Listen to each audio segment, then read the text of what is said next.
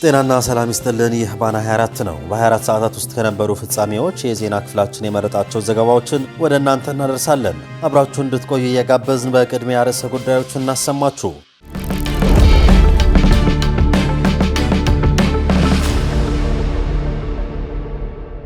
አቶ ጌታቸው ረዳ ፓርቲያቸውን በቅርቡ ይፋ ሊያደርጉ ነው። የጠቅላይ ሚኒስትር አብይ አህመድ አማካሪ የሆኑት ሚኒስትር ጌታቸው ረዳ ከህወሓት ተነጥለው የወጡ ፖለቲከኞች ያካተተ አዲስ ፓርቲ በቀጣይ ሳምንት ይፋ ሊያደርጉ ነው። የአማራ ክልል ዳኞቹን የማህበራዊ ሚዲያ እንዳይጠቀሙ ከለከለ። ደንቡ በክልሉ የሚገኙ ዳኞች ሐሰተኛ ማህበራዊ ሚዲያዎችን እንዳይጠቀሙ፣ እንዳይከተሉና አባል እንዳይሆኑ ይከለክላል። የኬንያ መንግስት ዜጎቼ በኢትዮጵያውያን ተገደሉብኝ አለ። በኢትዮጵያና ኬንያ ድንበር አቅራቢያ 4 ኬንያውያን መገደላቸው ተሰምቷል። የጤና ባለሙያዎች ስራቸው ሙሉ በሙሉ ማቆም ጀመሩ። የጤና ሚኒስቴር በበኩሉ አድማው በጥቂት ሰዎች በማስተማሪያ የጤና ኮሌጆችና ተቋማት እየተካሄደ ነው ሲል የአብዛኛው አይደለም ሲል አስተባብሏል። ኦብነግ የትጥቅ ግጭት ውስጥ እንዲገባ እየተገፋፋሁ ነው አለ።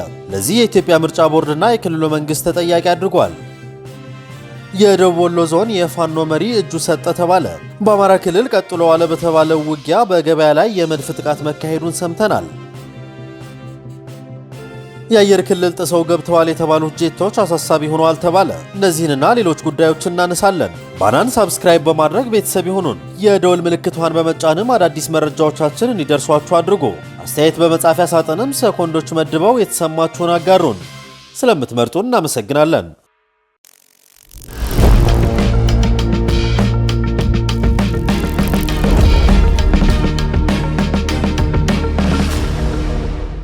አቶ ጌታቸው ረዳ ፓርቲያቸውን በቅርቡ ይፋ ሊያደርጉ ነው።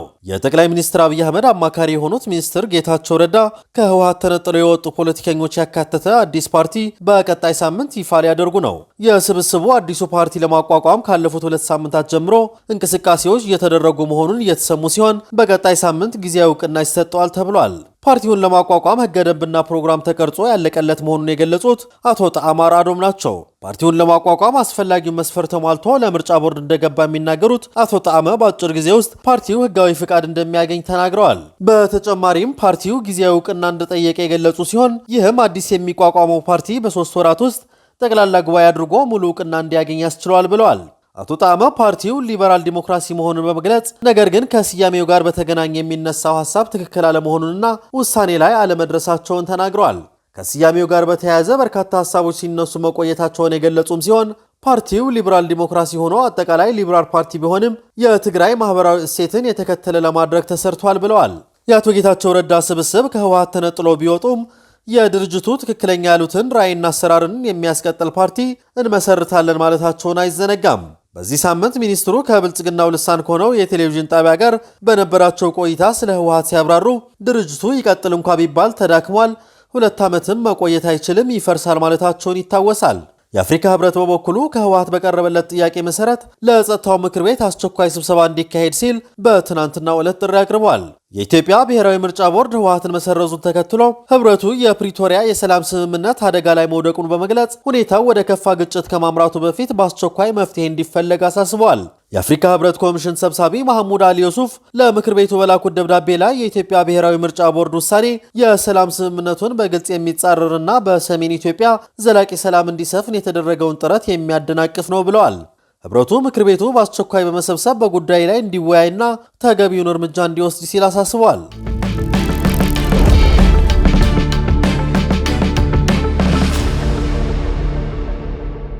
የአማራ ክልል ዳኞቹን የማህበራዊ ሚዲያ እንዳይጠቀሙ ከለከለ። በአማራ ክልል የሚገኙ ዳኞች በፖለቲካ፣ በሃይማኖት ወይም አወዛጋቢ በተባሉ በሆኑ ማህበራዊ ጉዳዮች ላይ በየትኛውም ማህበራዊ ሚዲያ ሀሳብ እንዳይሰጡ የሚከለክል ደንብ ጸደቀ። ደንቡ በክልሉ የሚገኙ ዳኞች ሐሰተኛ ማህበራዊ ሚዲያዎችን እንዳይጠቀሙ፣ እንዳይከተሉና አባል እንዳይሆኑ ይከለክላል። የዳኞችና የጉባኤ ተሻሚዎችን የሥነ ምግባርና የዲስፕሊን የሚመለከተው ይህ ደንብ የጸደቀው ግንቦት 5 2017 ነው። ደንቡን ያጸደቀው የአማራ ክልል ጠቅላይ ፍርድ ቤት የዳኞች አስተዳደር አብይ ጉባኤ ደንቡ ከዚህ ዕለት ጀምሮ ተግባራዊ እንዲሆን ውሳኔ አስተላልፏል። የአማራ ክልል ፍርድ ቤቶች የዳኞች አስተዳደር ጉባኤን ለማሻሻል በ2014 የወጣ አዋጅ ለዳኞችና ለጉባኤ ተሻሚዎች የሥነ ምግባርና የዲሲፕሊን ደንብ የማውጣት ስልጣን የሰጠው በጠቅላይ ፍርድ ቤት ስር ላለው አብይ ጉባኤ ነው። እስካሁን በስራ ላይ የቆየው የሥነ ምግባርና የዲሲፕሊን ደንብ የወጣው በ2007 ዓ.ም ነበር። ይህ ደንብ በርካታ ጉዳዮችን ያካተተ ቢሆንም ግልጽነት የጎደላቸው ጉዳዮችን ይበልጥ ግልጽ ለማድረግ በአዲስ መልክ እንዲዘጋጅ ተደርጓል ሲሉ የክልሉ ጠቅላይ ፍርድ ቤት ባሰራጨው መረጃ አስታውቋል። የቀድሞው ደንብ የሥነ ምግባር መርሆችን በውስጡ ቢይዝም በዝርዝር በማስቀመጥ ረገድ ውሱንነት የታየበት እንደነበር ፍርድ ቤቱ ገልጿል። ደንቡ የዲሲፕሊን ጥፋት ደረጃዎችን በማስቀመጥ ረገድ ግልጽነት የሚያንሳቸውን ድንጋጌዎች የያዘ እንደነበርም የክልሉ ጠቅላይ ፍርድ ቤት መረጃ ያመለክታል። አዲሱ ደንብ እንዲዘጋጅ ከተደረገባቸው ምክንያቶች አንዱ የዲሲፕሊን ክስ የቀረበበትን ዳኛ ወይም የጉባኤ ተሿሚ መሰረታዊ መብቶችን ለማክበርና ለማስከበር የሚያስችሉ ዝርዝር የአሰራር ስርዓቶችን መደንገግ በማስፈለጉ እንደሆነ ተጠቅሷል። በቀድሞው ደንብ ያልነበሩ የዳኞች ማህበራዊ ሚዲያ አጠቃቀም እንዲሁም የቅሬታና አቤቱታ አቀራረብን የተመለከቱ ጉዳዮችን ለማካተት አዲሱ ደንብ መዘጋጀቱንም ጠቅላይ ፍርድ ቤቱ ገልጿል። በአማራ ክልል ባሉ ፍርድ ቤቶች የሚሰሩ ዳኞችና የጉባኤ ተሻሚዎች የማህበራዊ ሚዲያ አጠቃቀም ሲቃኝ ሁለት ገጽታ ያለው እንደሆነ በፍርድ ቤቱ መረጃ ላይ ተጠቅሷል። ደንቡ ማህበራዊ ሚዲያን በመጠቀም ረገድ ለዳኞችና ለጉባኤ ተሻሚዎች የተፈቀዱ ጉዳዮችና ክልከላዎችንም ዘርዝሯል። ከክልከላዎቹ መካከል ዳኞች በፖለቲካ፣ በሃይማኖት ወይም አወዛጋቢ በሆኑ ማህበራዊ ጉዳዮች ላይ በየትኛውም ማህበራዊ ሚዲያ ሀሳብ መስጠት አይችሉም የሚለው ይገኝበታል። በአማራ ክልል የሚገኙ ዳኞች ገለልተኝነታቸው ላይ ጥርጣሬ ሊፈጥር በሚችል መልኩ ግለሰቦችን ወይም ድርጅቶችን በጓደኝነት መወዳጀት፣ ገጻቸውን መከተል ወይም በሌላ በማንኛውም መንገድ በማህበራዊ ሚዲያ መቆራኘት እንደማይችሉ አዲሱ ደንቡ ይደነግጋል። የክልሉ ዳኞች የአንድን ተቋም ምርት ወይም አገልግሎት የሚያስተዋውቁ ተግባራትን መፈጸም እንደማይችሉም በዚሁ ደንብ ተደንግጓል። ሌላው ለዳኞች በደንቡ ክልከላ የተደረገበት ጉዳይ የፍርድ ቤትን ክብርና ተአማኒነትን የሚጎዱ ማህበራዊ ሚዲያዎችን መጠቀም፣ መከተልና አባል መሆን ነው። የዳኞችንና በየደረጃው ያሉ አመራሮችን ስብዕናና ክብር የሚያጎድፉ ማህበራዊ ሚዲያዎችን መጠቀም፣ መከተልና አባል መሆንም በደንቡ በተመሳሳይ ተከልክሏል። ዳኞች በማህበራዊ ሚዲያ ያጋሩት፣ የጻፉት ወይም በማንኛውም መንገድ የገለጹት ሐሳብ የማህበራዊ ሚዲያ አጠቃቀም የሥነ ምግባር ደንብን በጣሰ መልኩ ከሆነ እንዲያስተካክሉ በተጠየቁት ጊዜ የማስተካከል ግዴታ በደንቡ ተጥሎባቸዋል። ደንቡ ማህበራዊ ሚዲያ የሚላቸው በሰዎች መካከል መረጃ ለመለዋወጥ፣ ይዘቶችን ለማጋራት፣ ለመፍጠርና ለመተባበር የሚያስችሉ እንደ ፌስቡክ፣ ትዊተር፣ ቴሌግራም፣ ኢንስታግራም፣ ቲክቶክ እና የመሳሰሉ በበይነ መረብ የሚገኙ መድረኮችን ወይም አፕሊኬሽኖችን ነው።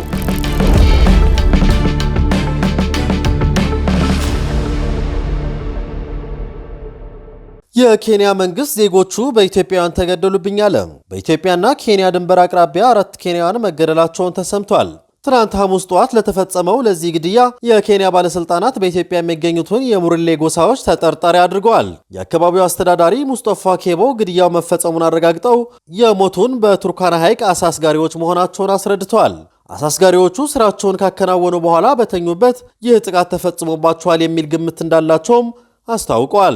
የአካባቢው ነዋሪዎች የተኩስ ርምታ መስማታቸውን እንደተናገሩና ጥቃቱን የፈጸሙት ከኢትዮጵያ የመጡ የሙርሌ ጎሳ አባላት መሆናቸውን እንደገለጹ አስረድተዋል። በቱርካና ሐይቅ አሳ ማስገር መብት የተነሳ የኬንያው ቱርካናና የኢትዮጵያ ዳሰነች ጎሳዎች ከቅርብ ጊዜ ወዲህ ከፍተኛ ውዝግብ ውስጥ መግባታቸው ተሰምቷል። ከጥቂት ወራት በፊት በዚሁ ውዝግብ የተነሳ ከ20 በላይ ኬንያውያን ተገድለው ነበር። የኬንያው ፕሬዝዳንት ዊሊያም ሩቶ ይህንን አካባቢ በሚቀጥለው ወር ለመጎብኘትና ያለውን ውዝግብ በቅርበት ለመመልከት ማቀዳቸውን ዘገባዎች አስታውቀዋል።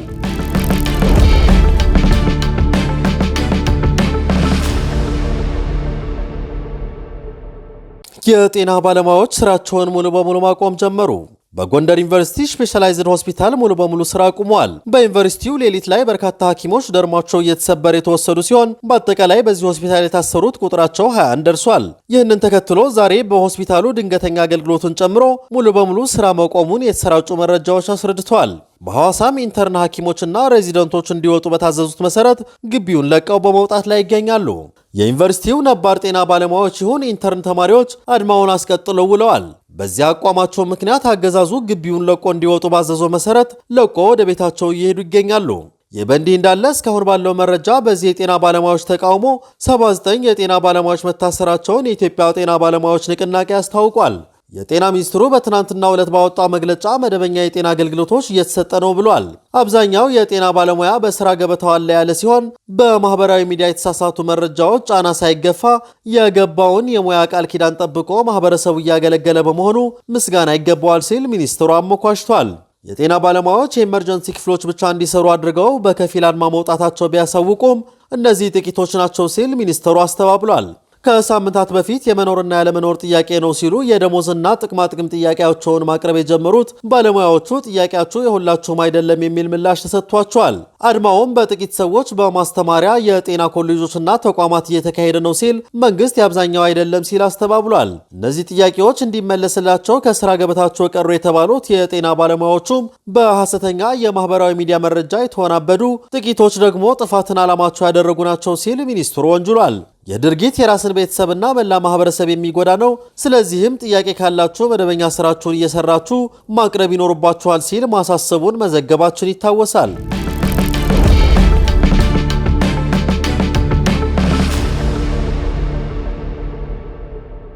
ኦብነግ የክልሉን መንግስትና ምርጫ ቦርድን ከሰሰ። የትጥቅ ግጭት ውስጥ እንድገባ እየገፋፉኝ ነው ሲልም ነው ግንባሩ ያሳሰበው። የኦጋዴን ብሔራዊ ነጻነት ግንባር ኦብነግ በኢትዮጵያ ብሔራዊ ምርጫ ቦርድ መሪነትና በሶማሌ ክልል መንግስት ተባባሪነት የፓርቲውን አመራር ለመበታተንና ለመቀማት የተቀናጀ ዘመቻ ተከፍቶብኛል ሲል አስታውቋል። ኦብነግ ትላንት ግንቦት 7 ቀን 2017 ዓ.ም ባወጣው መግለጫ ዘመቻው በዲሞክራሲያዊ መንገድ የተመረጡ የፓርቲውን አመራሮችና ማዕከላዊ ኮሚቴን ለማፍረስ ያለመ ነው ብሏል። ጣልቃ ገብነቱ ከፌዴራል መንግስት ጋር በ2010 ዓ.ም የተፈረመውን የሰላም ስምምነት አደጋ ላይ የሚጥል ብቻ ሳይሆን ሆን ተብሎ ፓርቲው ወደ ትጥቅ ግጭት እንዲገባ የሚገፋ ነው ሲል አስጠንቅቋል። የተቀናጀ መንግስታዊ ዘመቻው የተፈጸመብኝ ነው ያለው ቅቡልነቴን ለማሳጣትና የፌዴራል መንግስት በ2010 ዓ.ም የፈረመውን የሰላም ስምምነት መፈጸም ባለመቻሉ ድክመቱን ለማስቀየስ ታስቦ ነው ብሏል በመግለጫው።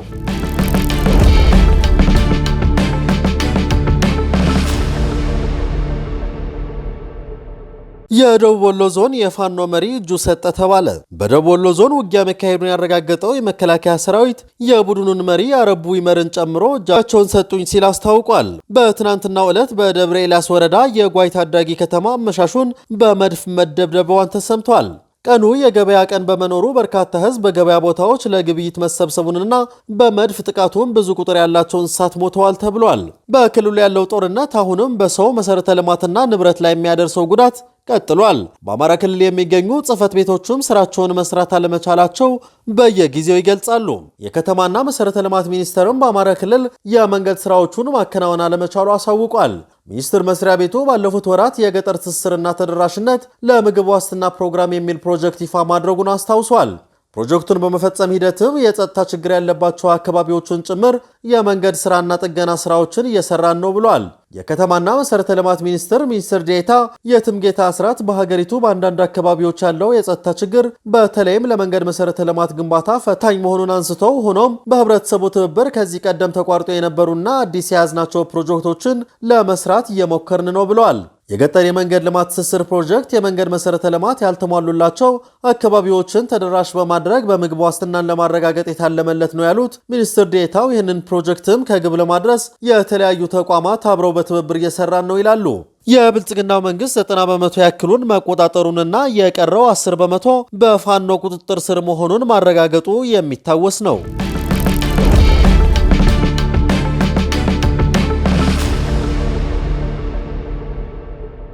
የሩሲያ ጄት ወደ ኔቶ አየር ክልል ጥሶ መግባቱን ኢስቶኒያ አስታወቀች።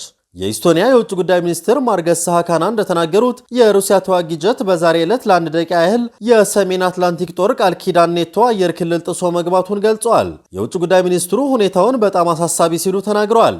ድርጊቱ የተፈጸመው የኔቶ የውጭ ጉዳይ ሚኒስትሮች ኢመደበኛ ስብሰባ ለማድረግ ቱርክ በሚገኙበት ወቅት ነው። በሌላ በኩል አሜሪካና አውሮፓ በሩሲያ የኃይልና የፋይናንስ ዘርፎች ላይ ማዕቀቦችን በማዘጋጀት ላይ እንደሚገኙ ፈረንሳይ አስታውቋለች። የፈረንሳይ የውጭ ጉዳይ ሚኒስትር ዣን ኖኤል ባሮት ዋሽንግተንና አውሮፓ በሩሲያ የኢነርጂና የፋይናንስ ዘርፎች ላይ ተጨማሪ ማዕቀቦችን በማዘጋጀት ላይ መሆናቸውን ገልጸዋል። ሐሙስ ዕለት በቱርክ አንታሊያ የባህር ዳርቻ ከተማ ከኔቶ የውጭ ጉዳይ ሚኒስትሮች መደበኛ ያልሆነ ስብሰባ በፊት ባሮት በሰጡት አስተያየት የሩሲያ ፕሬዝዳንት ፑቲን በቱርክ ኢስታንቡል ከተማ በዩክሬን ያለውን ጦርነት ለማስቆም ከሩሲያ ልዑካን ጋር ብዙ ሲጠበቅ የነበረው ውይይት ላይ ላለመሳተፍ መርጠዋል ብለዋል። ቱርክ ሐሙስ ዕለት በኢስታንቡል፣ አንካራና አንታሊያ ከተሞቿ ዲፕሎማሲያዊ ውይይቶችን አስተናግዳለች። አንታሊያ ውስጥ መደበኛ ያልሆነ የሰሜን አትላንቲክ ጦር ቃል ኪዳን ኔቶ የውጭ ጉዳይ ሚኒስትሮች ስብሰባ ተከናውኗል። በአንካራም ፕሬዝዳንት ዘለንስኪ ከፕሬዝዳንት ኤርዶጋን ጋር መክረዋል። ኢስታንቡል ውስጥ ከ3 ዓመታት በኋላ ለመጀመሪያ ጊዜ በሩሲያና በዩክሬን ልዑካን መካከል በተወሰነ ደረጃ ቀጥተኛ ንግግሮች በቤተ መንግሥቱ ተካሂዷል።